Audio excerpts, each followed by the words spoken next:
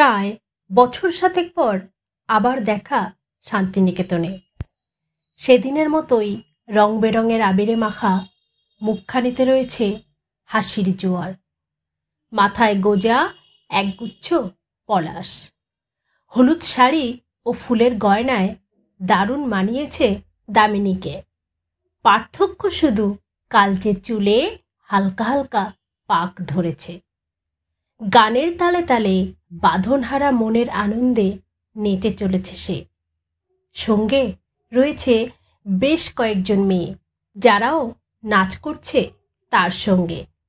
মনে হয় দামিনী তাদেরকে নাচ শেখায়।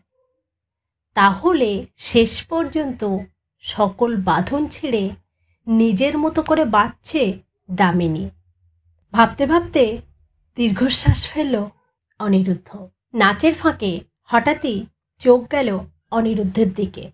চোখে মোটা ফ্রেমের চৌকো কালো চশমা, মাথা ভর্তি সাদা চুল, পরনে সাদা টি শার্ট আর জিন্স। একই রকম থেকে গেল সে আগাগোড়ায়। দোলের দিন কোথায় পাঞ্জাবি পাজামা পরবে তা নয়। বিয়ের পরে দামিনী যে একদমই চেষ্টা করেনি তা নয়, কিন্তু তার ওই এক কথা, পাঞ্জাবি পরলে সব মেয়েরা তাকিয়ে থাকবে, তখন সহ্য করতে পারবে তো? কথাখানা ভেবে একফালি হাসি ফুটল দামিনীর মুখে। মনে মনে ভাবল, পাগল একটা। পর মুহূর্তেই অবসাদের কালো ছায়া ঘনিয়ে এলো তার মুখ জুড়ে। কি এমন দোষ ছিল আমার অনিরুদ্ধ, যে জন্য তুমি আমায় তোমার থেকে দূর করে দিলে? কি কমতি ছিল আমার, আজও বুঝে উঠতে পারি না। আমি কি পারিনি তোমার মা বাবার মনের মতো বৌমা হয়ে উঠতে, নাকি তোমার ছেলে মেয়ের ভালো মা হয়ে উঠতে, নাকি পারিনি তোমার ভালো জীবন সঙ্গিনী হতে? কোনো উত্তর খুঁজে পাইনি তার। আর জানো তো, এখন সে উত্তর খুঁজতেও চাই না। আমি আমাকে আমার মতো করে গুছিয়ে নিয়েছি। সারাদিন ব্যস্ত থাকি নাচের স্কুল নিয়ে, আর বাকি রইল রাত। তোমায় নিয়ে ভাববো না বলে কয়েক বছর হলো একটা অনাথ আশ্রমে কাজ নিয়েছি। ছোট ছোট বাচ্চাদের দেখাশুনো করি। ভীষণ রকম ব্যস্ত আমি, ফুরসতি নেই আমার তোমায় নিয়ে ভাববার। ভালো আছি আমি। ভাবতে ভাবতে দামিনী আবারও হাসি ভর্তি মুখ নিয়ে নাচ করতে করতে সামনে এগিয়ে গেল, অনিরুদ্ধকে পিছনে ফেলে। অনিরুদ্ধ দামিনীর নৃত্যভঙ্গি, সাজগোজ আর একফালি চাঁদের মতো হাসিমাখা মুখখানি অপলকে দেখছে আর ভাবছে, তোমার এই রূপে আবারও দেখতে পেয়ে আমার জীবন সার্থক। এই স্মৃতিটুকুই আমার অবশিষ্ট জীবনে বাঁচার রসদ।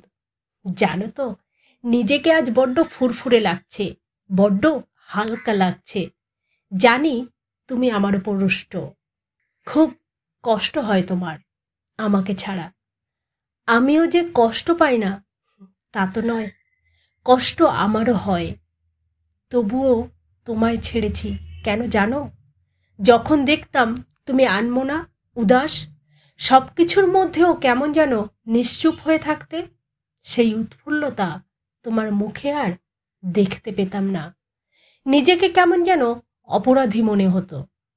বাবা মাকে কিছু বলতে পারতাম না, যখন তারা তোমার নাচের স্কুল খোলা তো দূরের কথা, নাচটা পর্যন্ত করতে দিত না। তারপর ছেলে মেয়ে, তাদের নিয়ে ব্যস্ত হয়ে পড়লে তুমি। নিজের সব স্বপ্নগুলো সংসারের জাতাকলে পিষে ফেললে। পরে অবশ্য বাবা মা যখন মারা গেল, ছেলে মেয়ে একটু বড় হলো, তোমায় বলেছিলাম নতুন করে নাচটা শুরু করতে। তুমি সংসার আর বয়সের অজুহাত দিয়ে এড়িয়ে গেলে। তোমায় আর কিছুতেই রাজি করাতে পারলাম না, তবুও চলছিল। কিন্তু সেদিন যখন তোমার নাচের ছবিটা তোমায় দেখিয়ে মেয়ে কিছু একটা বলছিল, তোমার চোখ দুটো ছলছল করছিল। জানো তো, সেটা আমি সহ্য করতে পারিনি। অপরাধের বোঝাটা বড্ড ভারী লাগছিল, তাই বাধ্য হয়ে। সে যাই হোক, ভালো থেকো তুমি, আমিও ভালো আছি।